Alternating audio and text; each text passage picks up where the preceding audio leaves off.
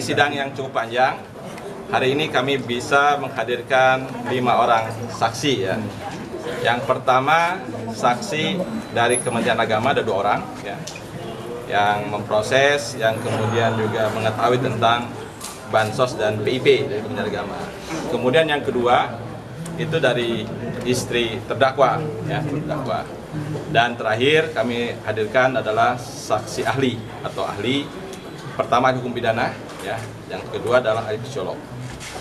Dari pemeriksaan hari ini ya, kami pertama tentu semua keterangan itu mendukung proses pembuktian, mendukung unsur pasal pembuktian, dan yang kami dapat simpulkan dari pemeriksaan hari ini, persidangan hari ini, bahwa ini kejahatan sangat luar biasa.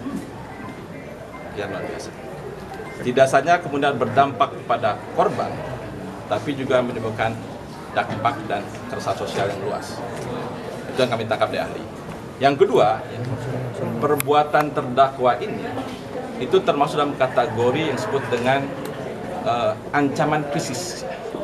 Jadi membekukan otak korban, ya, membekukan otak korban itu, sehingga secara sukarela itu kemudian mau melakukan apapun yang diminta oleh pelaku.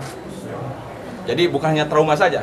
Tadi dari psikolog, setelah kami dalami secara luas, bahkan kami juga dapat mendapat pembelajaran lebih dari psikolog itu, bagaimana kemudian perbuatan dilakukan secara bertahap, secara berencana, untuk kemudian bagaimana ada keinginan atau kemudian hal-hal yang dilakukan oleh si terdakwa diikuti oleh si korban, termasuk istrinya.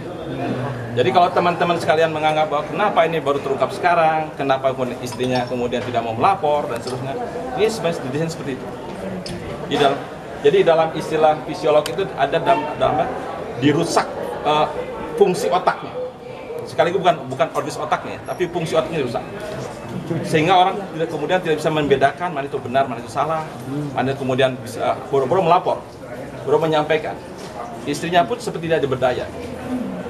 Jadi dia disuruh kemudian ibu tinggal di sini, bahkan mohon maaf ya, ketika istri korban, istri pelaku mendapati suaminya,